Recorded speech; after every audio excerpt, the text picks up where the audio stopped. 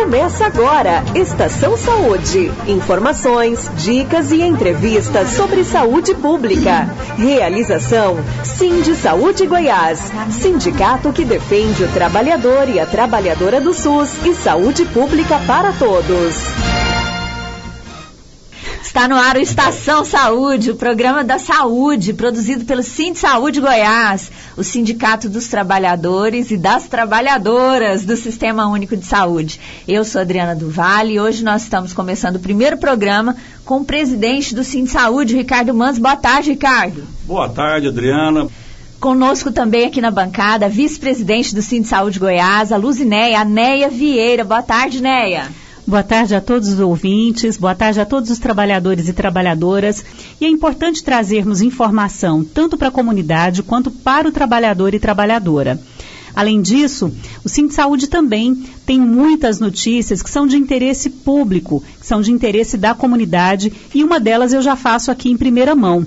Hoje foi votado no Conselho Municipal de Saúde um posicionamento contrário à entrada das organizações sociais nas unidades de saúde do município de Goiânia. Isso é uma vitória do controle social, isso é uma vitória dos usuários e dos trabalhadores que se posicionaram contra os roubos que a iniciativa privada, por meio das organizações sociais, vem fazendo Brasil afora. É isso aí. E é importante ressaltar que o Sistema Único de Saúde, que para nós é considerada a maior política de inclusão social do mundo, referência para vários países, né?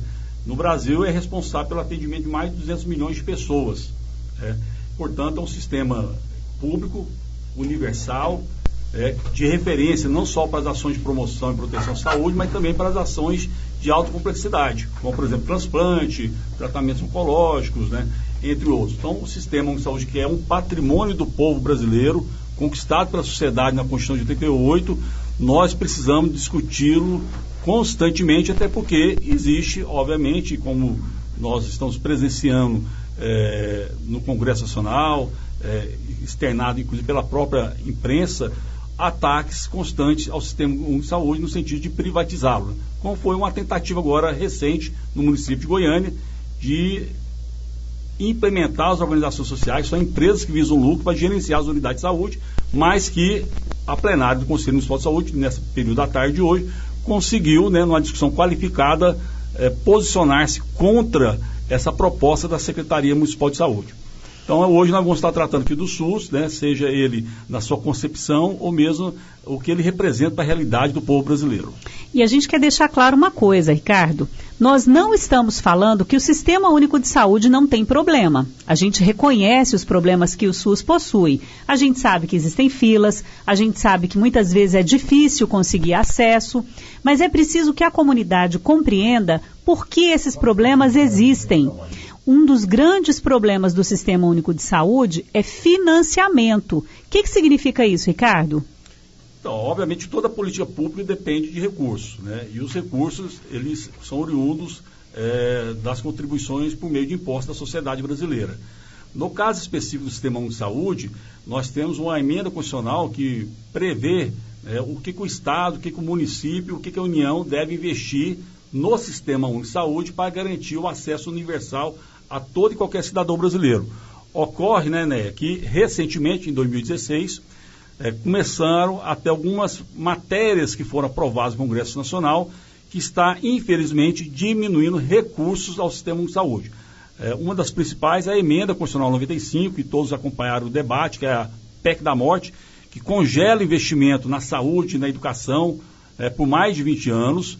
Só no Sistema Único de Saúde, nos últimos 2 anos, o Sistema Único de Saúde perdeu 22 bilhões de reais que deveriam ser destinados ao atendimento da população, entre outros ataques, como, por exemplo, a desvinculação orçamentária que está tramitando no Congresso Nacional. Ricardo, você está falando um monte de coisas que é importante a gente traduzir para as pessoas. Primeiro, você falou congela por 20 anos e falou de desvinculação. Traduz isso para as pessoas. Então, a desvinculação orçamentária é que ela, hoje, a legislação, ela obriga ao município, os municípios, investir 15% da arrecadação no Sistema Único de Saúde, no mínimo 15%. No Estado, 12%. Na União, vai variar de acordo com o Produto Interno Bruto. Com a desvinculação orçamentária que está sendo proposto no Congresso Nacional, significa que os estados, municípios e União não vai ter mais a obrigação de investimento mínimo. Consequentemente, tudo indica, né, que, obviamente, que os governadores ou os prefeitos, né, ficarão, né, livres para determinar quanto que deverá ser investido nesse sistema. Então você quer dizer que agora não tem mais obrigação de investir na saúde, não tem verba carimbada. Carimbada, exatamente, caso seja aprovado no Congresso Nacional. Essa é uma das matérias que nos preocupa muito, né? E é importante ressaltar que foi exatamente essa emenda constitucional 29, que foi aprovada no Congresso, que tem garantido, né, apesar de todas as dificuldades que tem em saúde, ao atendimento da população, né, seja nessas ações de promoção, proteção à saúde que se tem recentemente, com os agentes comunitários de saúde, combate a endemias, campanhas de imunização, né, até mesmo as ações de alta complexidade, né, importantes para a sociedade, e que o SUS é um exemplo, né, inclusive internacional. Então você está querendo dizer que se os governos não precisam investir na saúde, se não tem mais verba carimbada, esse recurso pode ir para a iniciativa privada? Exatamente, vai ser privatizado esse sistema que é público do povo brasileiro para a iniciativa privada, obrigando o cidadão a pagar o acesso à saúde. Tanto é que uma das primeiras propostas desse atual governo federal, na época o ministro Mandetta, é exatamente, né, a consulta que ele chamava popular, que nada mais é que uma privatização do SUS, né, obrigando o cidadão a pagar, né, essas consultas. Então é isso que está em curso no nosso país, que é importante a sociedade discutir. Nós, trabalhadores e trabalhadoras da saúde do SUS, precisamos, né, discutir, enfrentar esse debate com a sociedade, mostrando que o ataque ao sistema de saúde, né, não financiando ou alterando a sua concepção, que tem que ser público e gratuito, vai ter um reflexo muito prejudicial à sociedade. Nós estamos aí com altos índices, né, de mortos pela Covid-19. E eu queria que você falasse com a comunidade, batesse um papo com a comunidade, que a gente tem a sensação de que o isolamento, ele acabou, né? E quem mais está sofrendo nesse momento nas unidades de saúde são os profissionais da enfermagem, são os mais contaminados. A gente não tem números precisos, nem dos óbitos e nem tampouco dos contaminados. Mas eu queria que você conversasse um pouco aqui com a comunidade com relação à pandemia, ao isolamento social e essa questão de que a gente não está saindo do platô, né? Todo dia a gente observa que Goiás não decrescem os números de contaminados e como é que o Sindsaúde tem lidado com toda essa questão da pandemia, o quanto tem sido difícil, fizesse uma correlação dos profissionais da saúde e das ações do Sindsaúde com relação a isso. Bom, Adriana, é importante lembrar que o Sindsaúde, desde o princípio da pandemia, vem alertando tanto a Prefeitura quanto o governo do Estado da dificuldade passada pelos trabalhadores em relação à falta de equipamentos de proteção e à falta de estrutura das unidades de saúde, tanto no município quanto no Estado. Essas dificuldades colocaram os trabalhadores frente a frente com uma doença cujo desenvolvimento e o que aconteceria posteriormente poucos cientistas sabiam, né? Sabe-se hoje que ela pode deixar sequelas, sabe-se que vai desenvolver de forma mais rápida ou mais lenta, com maior ou menor gravidade, a depender de uma série de circunstâncias. Mas no início dessa pandemia, isso tudo não era sabido. E os profissionais de saúde foram colocados frente a frente com uma doença que matou, que tirou muitas vidas de trabalhadores e que também vem agora tirando a vida de muitas pessoas pela dificuldade de acesso ao sistema de saúde. Então, quem aqui na comunidade não perdeu um parente ou não conhece uma pessoa, ainda que um amigo distante, que sofreu em função da Covid-19? Então, nós não podemos pensar que o problema já acabou, muito pelo contrário. Agora, ele está indo para o interior e está indo para as pessoas cujas possibilidades de acesso ao sistema de saúde são menores, ou seja, para a população de mais baixa renda e agora tem dificuldade de ter acesso aos serviços de saúde. Ricardo, vamos voltar aqui à questão do SUS. O SUS tem 32 anos de existência, quase que a mesma idade do Sindsaúde. Foram criados ali juntos. A sensação que a gente tem com tantas emendas constitucionais e leis que retiram financiamento do SUS, a sensação que a gente tem é que o nosso povo não está compreendendo que a gente pode, do dia para a noite, acordar sem o Sistema Único de Saúde. Exatamente.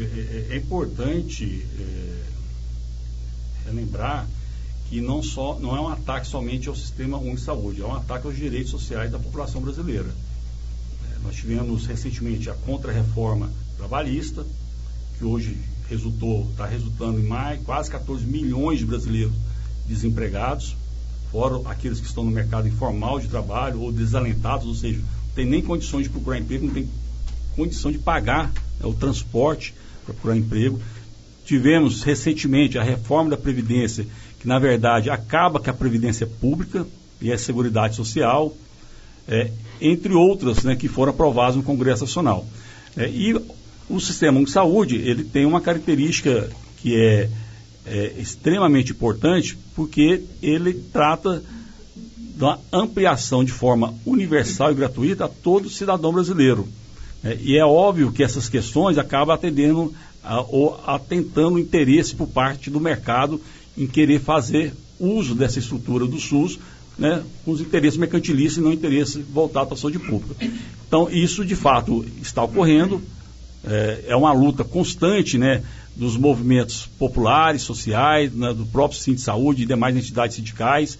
O Conselho Nacional de Saúde, que é uma instância que tem representação de usuários do SUS, de trabalhadores e mesmo gestores, constantemente tem colocado essa preocupação do cenário que está se apresentando aqui no nosso país, que esse ataque constante ao Sistema Único de Saúde, o que nos impõe uma responsabilidade, né, de ampliar esse debate com a sociedade, mostrar que esse sistema é público, mas é do povo brasileiro e, portanto, ele tem que continuar a ser público e gratuito e tem que ser melhorado cada dia mais, exatamente para não acontecer algumas situações que colocam constantemente em dúvida se o sistema é positivo ou não. Aí eu gostaria até de colocar como exemplo, né, no enfrentamento da pandemia, os Estados Unidos. Né? O sistema de saúde dos Estados Unidos é público?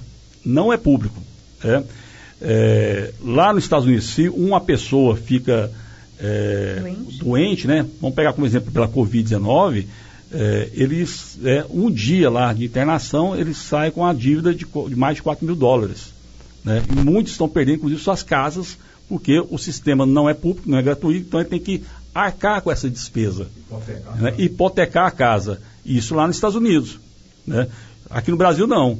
Independente da condição social, financeira, né? Obviamente a gente tem os princípios da equidade, o Sistema Único de Saúde, ele está para atender toda a população brasileira, especialmente essa população mais vulnerável socialmente, que é, por exemplo, esses 14 milhões de pessoas que estão desempregadas e que dependem do Sistema Único de Saúde, que, portanto, ele não pode ser privatizado, não pode ser pago, tem que ser público e gratuito. A seguinte pergunta para os dois aqui na bancada. Esses dias eu vi uma entrevista do Dr. Drauzio Varela dizendo que é o seguinte, que o SUS deve ser feita mesmo uma reforma nesse Sistema Único de Saúde por conta de que quem tem condição tem que pagar a saúde. Qual é o risco de tirar a universalidade do SUS? Qual que é o risco que a gente corre? O risco é total, né, Adriana? Porque quando a gente começa com esse discurso de que é preciso pagar pelo SUS, a gente acaba fazendo justificativas de que é preciso oferecer pacotes de saúde. Então, quem tem dinheiro compra um pacote melhor. Quem não tem dinheiro compra um pacote pior. A gente já tem isso hoje através desses planos populares de saúde.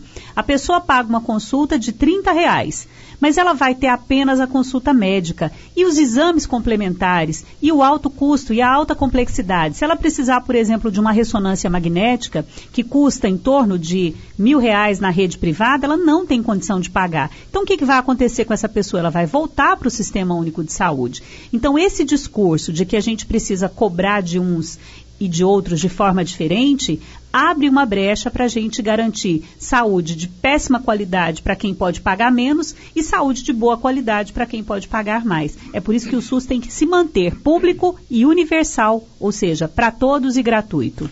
Adriana, só para complementar um pouco o que a Néia colocou, primeiro nós não abrimos mão desse princípio, dessa diretriz do SUS, que é universal, da integralidade, da equidade, do controle social, né, como parte de fiscalização, de deliberação de diretrizes, assim por diante. Até porque foi uma discussão pautada da sociedade por várias conferências que resultou, né, na Constituição Federal de 88.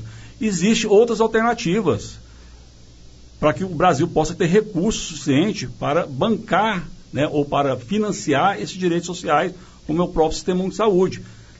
Eu acho interessante que o tempo inteiro quer jogar na população mais pobre a responsabilidade da crise financeira, ou da crise econômica, ou nos servidores públicos, sendo que não se faz uma discussão, por exemplo, de uma reforma tributária justa e solidária. Era isso que eu ia te perguntar agora. Se o SUS deixar de ser público, as pessoas vão parar de pagar impostos, visto que os impostos ajudam a financiar o SUS junto com outras fontes? Continuarão pagando impostos da mesma forma. Quando a gente discute a reforma tributária justa e solidária, nós queremos dizer que aqueles que ganham mais, eles têm que contribuir mais, né? Você já ouviu falar que paga-se IPVA de avião, de helicóptero, de jet ski? Não. Ou seja, são pessoas que têm alta concentração de renda, que têm esses veículos, né? E, no entanto, não pagam IPVA, né? A questão das altas rendas, também não há tributação. O Brasil hoje, 40% do orçamento da União, do que se arrecada do povo brasileiro, é para pagar juros para bancos, e aí não se faz uma auditoria. Então, existem outras alternativas do que essas que são apresentadas de retirada de direitos sociais, como essa proposta aí de fazer o sistema de saúde para parte da população pagar, outra parte não. Nós sabemos, no fundo da história, no final da história, aliás, vai privatizar o sistema de saúde, e isso nós não podemos aceitar e precisamos lutar para que o sistema continue com a mesma concepção e, obviamente, com mais recurso financeiro para atender mais dignamente a população. Neia, para a gente encerrar o bloco aí do Levanta Poeira do Sindsaúde, eu te pergunto o seguinte, o SUS, né, que atende mais de 200 milhões de pessoas no Brasil inteiro e é reconhecido como um sistema de saúde, um dos poucos no mundo que consegue, por exemplo, ser premiado e falado na ONU e na Organização Mundial de Saúde, nos congressos internacionais, como o modelo Ricardo aqui bem... Programa DST-AIDS. Controle. Referência internacional. Exato. Né? Vacinação, é premiado. Claro que tem os problemas também.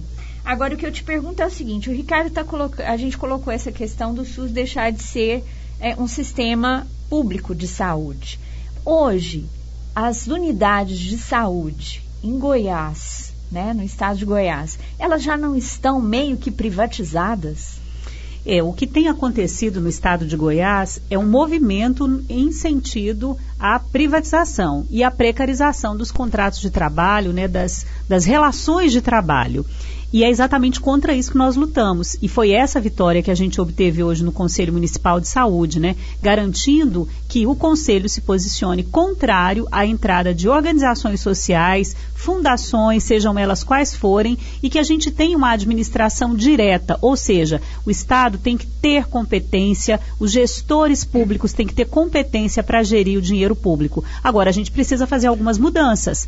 Nós precisamos compreender que saúde não é moeda de troca. Ela não é mercadoria nem para o setor privado e nem para o setor público. Então é preciso que também os nossos governantes, assim como os vereadores, deputados, senadores, enfim, toda a cadeia do legislativo, compreenda que a gente não pode fazer das unidades de saúde um espaço para moeda de troca. Não dá para a gente trocar voto por consulta nas unidades de saúde. Né, só para quem está nos ouvindo entender, o que significa a OS, qual o reflexo que tem para o atendimento da população? Acho que esse é o ponto crucial para que as pessoas possam entender por que nós somos contra a implantação de OS, né, nas unidades de saúde. Só para dar um exemplo, a gente teve casos no estado de Goiás de diretores de OS que trabalhavam na mesma OS, mas em duas unidades diferentes, recebendo salário para ser diretor de duas unidades, e isso girava em torno de R$60 mil.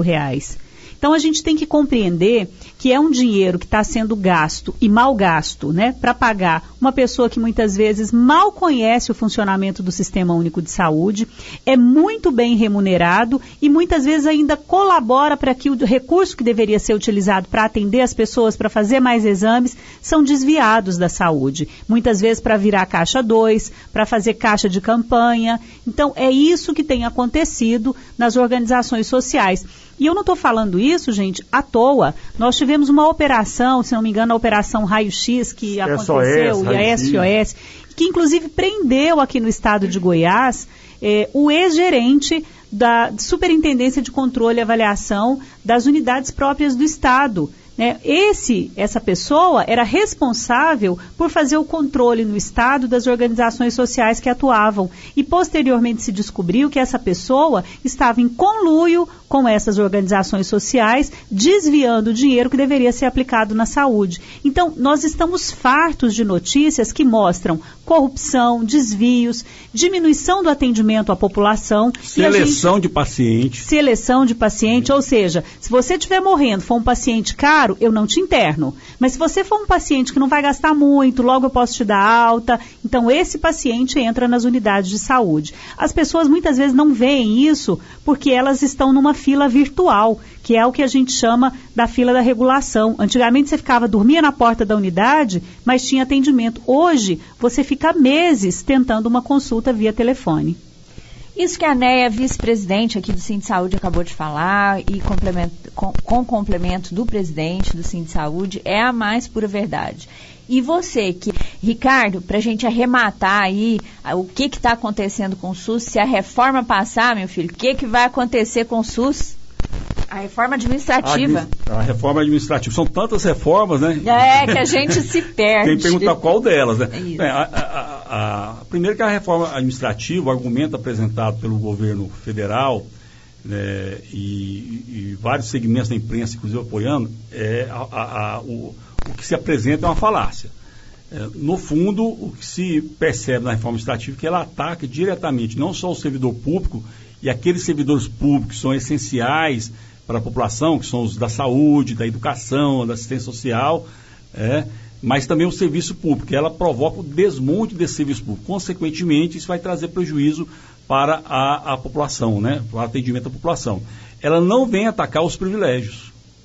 Ela não está tratando de privilégios, está atacando exatamente aqueles direitos sociais, através de políticas públicas, né, e os servidores que são responsáveis por direitos sociais.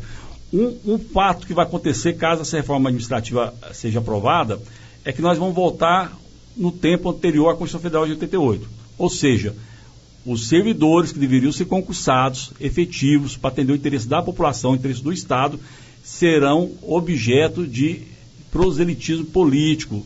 Vai favorecer o nepotismo, vai favorecer a indicação política. Traduz esse negócio de proselitismo político, de nepotismo aí pra gente, Ricardo. Simplesmente o governador ou o prefeito, ele vai, obviamente, contratar aquelas pessoas que é de interesse político dele, não do interesse do Estado. Ou seja, se você for meu eleitor, eu arranjo uma consulta para você, uma cirurgia. Se você não for, você não entra na unidade de saúde, é isso? Exatamente. Então, ou seja, vai favorecer o nepotismo, que é contratar parentes, né, para a gestão pública, vai favorecer a indicação política, a perseguição política. O servidor comissionado, ele não tem autonomia de fazer a fiscalização e denunciar as irregularidades, né, nas unidades de saúde, qualquer outro órgão público, né. Então nós vamos retroceder antes da Constituição de 88, que foi um grande avanço, né, a questão do concurso público. E lembrando, né, essa reforma administrativa, ela ataca somente, né, aqueles serviços essenciais para a população, não ataca de fato os privilégios, né, os altos salários, né, os que ganham acima do teto constitucional. Inclusive, né, os parlamentares. Os militares, o judiciário. Né, vai atacar quem? A saúde, a educação, né, a assistência social. Então, é isso que está em curso, que está sendo discutido no Congresso Nacional, né, utilizando um argumento falacioso, mentiroso, de que a reforma administrativa é fundamental para que o Brasil possa crescer. Da mesma forma que utilizar na reforma da Previdência, na reforma trabalhista, né, o mesmo argumento, e nós estamos, infelizmente, observando que o Brasil está tendo o pior desempenho econômico, né, dos últimos anos, né, está acabando com os direitos sociais, que são direitos da população.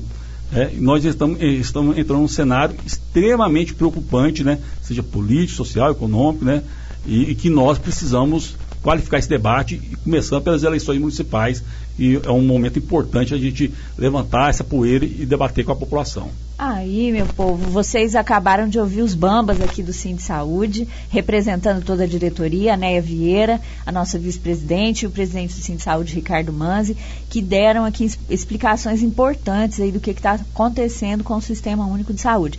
E agora vai entrar no ar aqui a nossa entrevistada, a Marta Maria Alves, que é médica do Núcleo de Vigilância às Violências e Promoção da Saúde da Secretaria Municipal da Saúde. Quem vai bater um papo com ela é a Neia Vieira, ela que é a vice-presidente do Sind Saúde. Marta, tudo bem? Me ouve bem?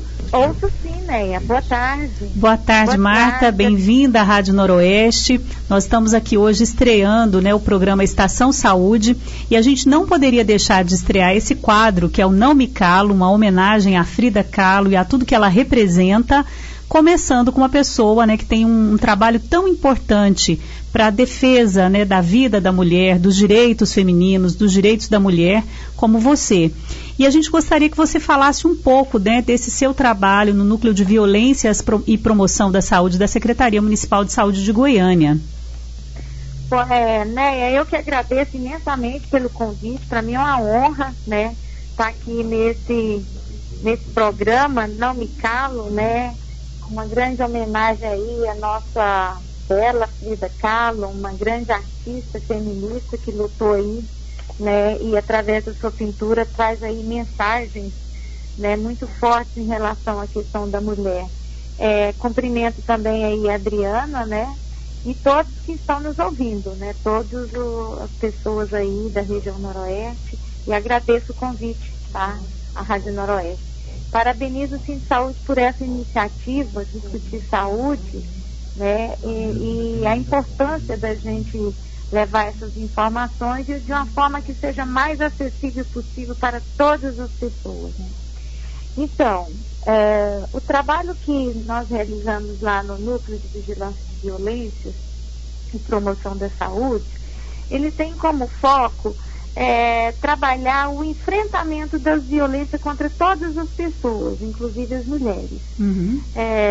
A gente sabe que as mulheres são as principais vítimas de violência.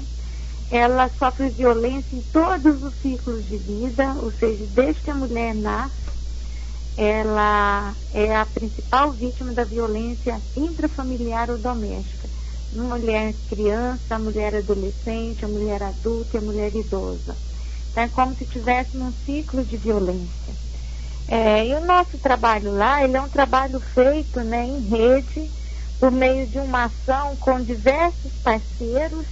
Então, não é só a saúde, nós temos o trabalho que a saúde tem que fazer, que é voltada para o atendimento das mulheres, né, que estão sofrendo violência, seja na atenção primária, na equipe de saúde da família, seja na atenção especializada, seja no serviço de referência, na maternidade, ou mesmo nas emergências, né, nas UPAs, e também o atendimento com relação à saúde mental, por meio dos CAPs.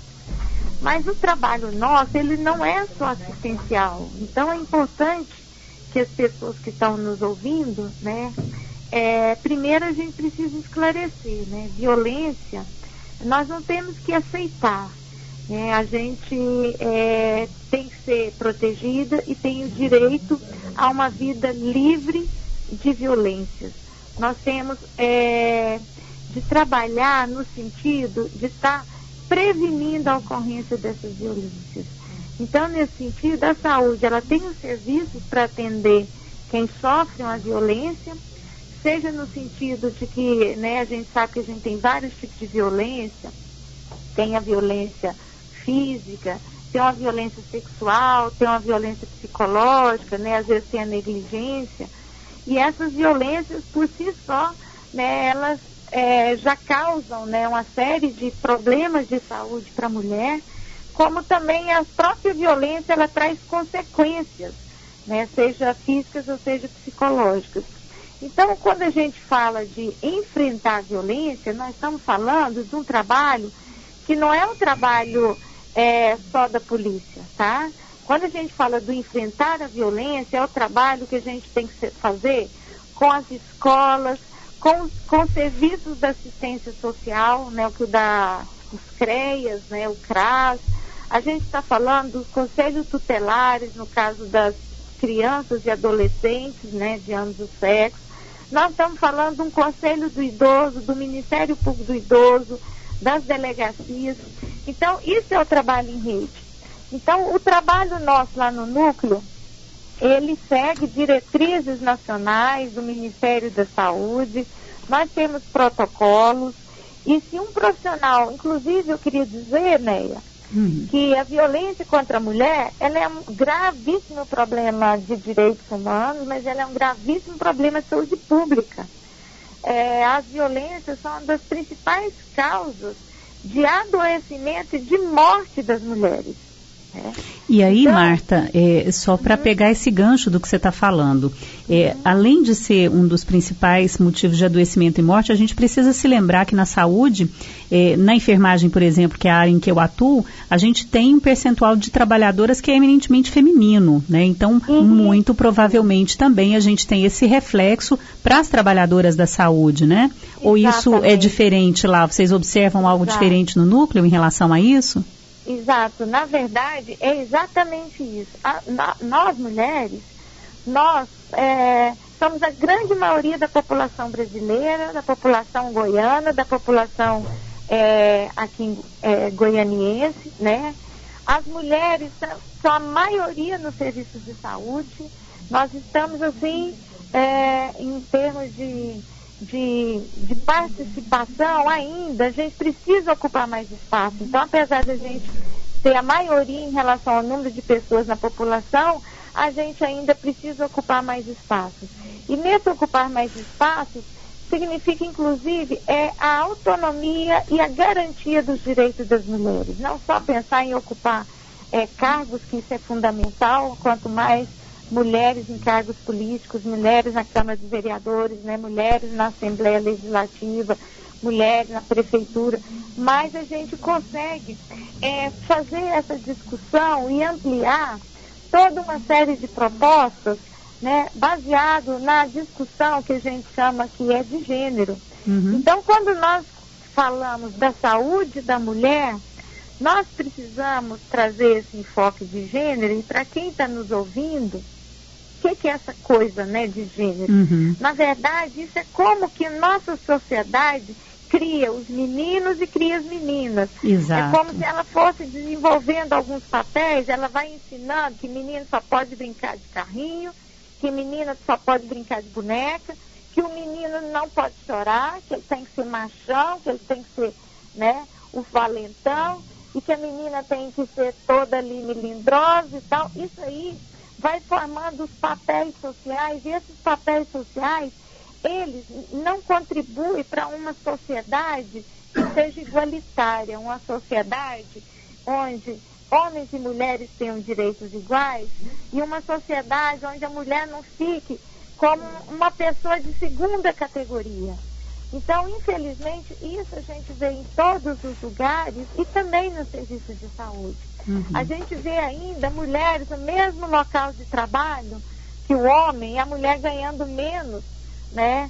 Em alguns serviços, né? Em algumas empresas, o mesmo trabalho, a mulher ganhando menos. Exato. Então, essa visão, que é a visão aí ligada ao machismo da nossa sociedade, ela vê a mulher como um objeto, e enquanto um objeto é como se o homem fosse dono dessa mulher. Dono desse objeto, né? Ele se sente no direito de bater, de constranger, de xingar, de ameaçar, né? Porque são várias as violências. Fazer sexo forçado, né? Então, essa é uma visão extremamente doentia, perversa, e é uma visão que ela é de cunho machista. Ela é de cunho machista, e a gente precisa romper com isso. Sim. Então, essa visão, ela só contribui com o adoecimento da mulher. E nesse sentido, aquela velha expressão que se tinha antigamente, né, que a gente ouvia muito. Eu me lembro de ter ouvido isso várias vezes ao longo da minha vida, que em briga de marido e mulher ninguém mete a colher. Mete sim, temos que meter, a gente não pode admitir, a gente quer trabalhar que as mulheres tenham essa consciência, não naturalizem, não abaixem a cabeça, né, e defendam os seus direitos.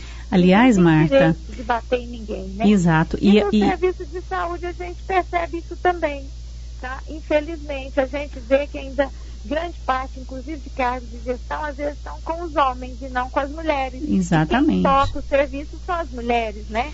E a aqui, grande maioria. Uma das questões que você me fez chamar a atenção aqui, quando você coloca essa história de que em briga de marido e mulher ninguém mete a colher, né? Uhum. Nós colocamos o nome aqui desse quadro, Não Me Calo, exatamente para que as pessoas compreendam que ninguém pode se calar diante da violência contra a pessoa, né? Exato. Seja criança, idoso, mulher. Nós não devemos nos calar e, infelizmente, a gente ainda observa mesmo profissionais de saúde que muitas vezes atendem pessoas vítimas de violência e que às vezes não realizam as denúncias, né, não encaminham para a polícia, não fazem boletins de ocorrência e a gente gostaria exatamente de chamar a atenção tanto dos profissionais de saúde aqui da região noroeste quanto das mulheres e das pessoas que vivem em situação de violência, que esse é um quadro para que a gente possa denunciar, para que a gente possa colocar as dificuldades que vêm acontecendo e que a gente mostre para a comunidade que a gente não pode se calar em situação de violência, né? Nós não podemos aceitar isso, né, atualmente e em momento algum. Exato, eu costumo falar, né, que o profissional de saúde, quando ele atende uma pessoa que ele suspeita, ou seja, o profissional ele não precisa ter um caso ali confirmado, não precisa chegar a mulher falando, olha, eu apanhei do meu marido, ou eu fui estuprada ali. Se o profissional de saúde suspeita, e aí tem sinais sugestivos, né, tem marcas no corpo, né, tem várias questões que são sugestivas ou indícios de que a pessoa sofreu violência, ele é obrigado por lei a fazer essa notificação de violência. Contra criança e adolescente, isso é lei desde 1990, pelo Estatuto da Criança e do Adolescente.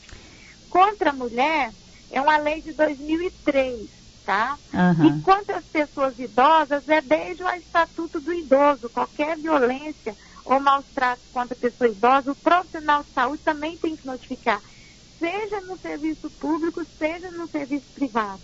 E o profissional de saúde que não faz essa notificação, ele também está cometendo uma violência, porque ele está sendo negligente, porque ele é obrigado. Isso faz parte do protocolo de atendimento. E ele acaba sendo conivente com o crime, né, Marta? Eu acho que é importante a gente ressaltar isso, que o profissional de saúde, ele tem como dever de ofício, porque existe legislação específica que fala da necessidade dele fazer a denúncia. Então, em casos sugestivos, né, ele não precisa ter um caso confirmado, mas ele precisa ter a noção clara de que ele tem o dever de ofício de fazer a denúncia, não é isso? Exato. Aí, no caso, eu quero fazer uma pequena diferença, que ele tem esse dever de ofício de fazer essa notificação. Essa notificação, ela é um instrumento que é da saúde. Esse instrumento, ele gera uma comunicação obrigatória para o Conselho Tutelar, no caso de criança e adolescente, ou para o Conselho do Idoso, ao Ministério Público ou Delegacia do Idoso, no caso das pessoas idosas.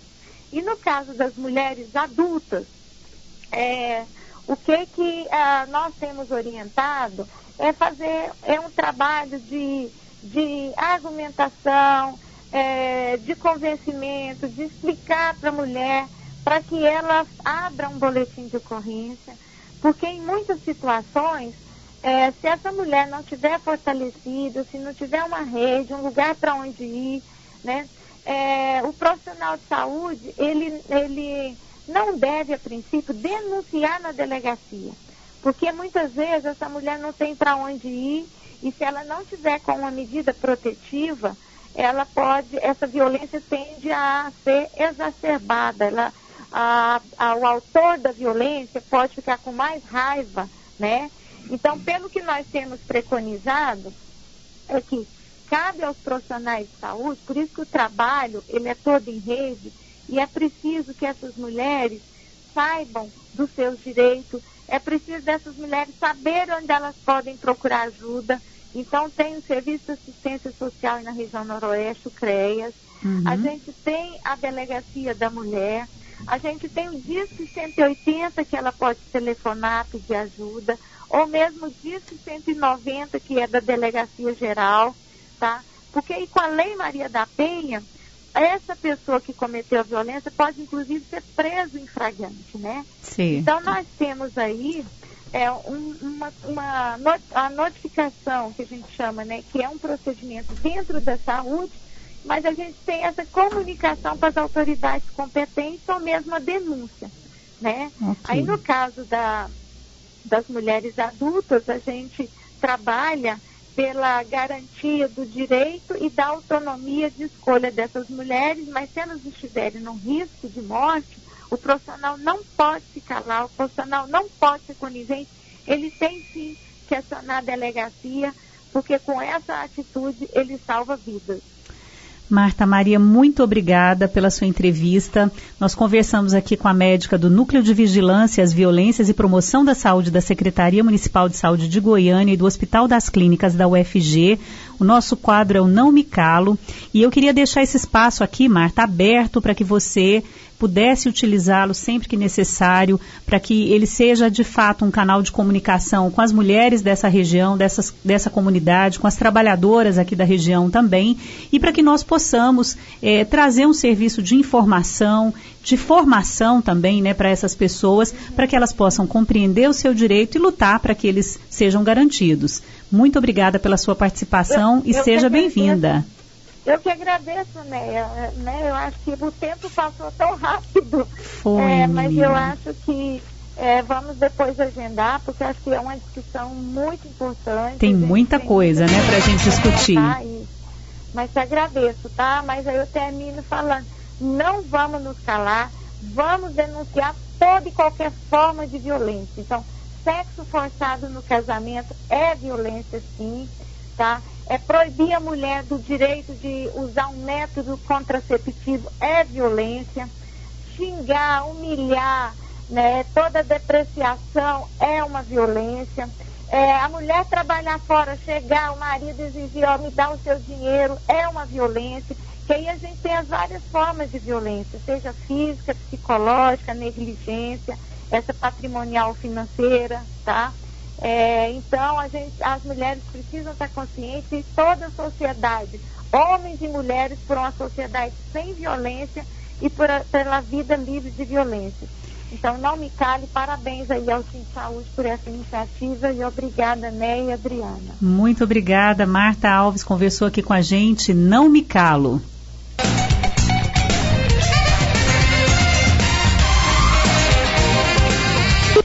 Ah, não, gente, mas passou rápido demais, Valdeci, eu não tô querendo ir embora, não.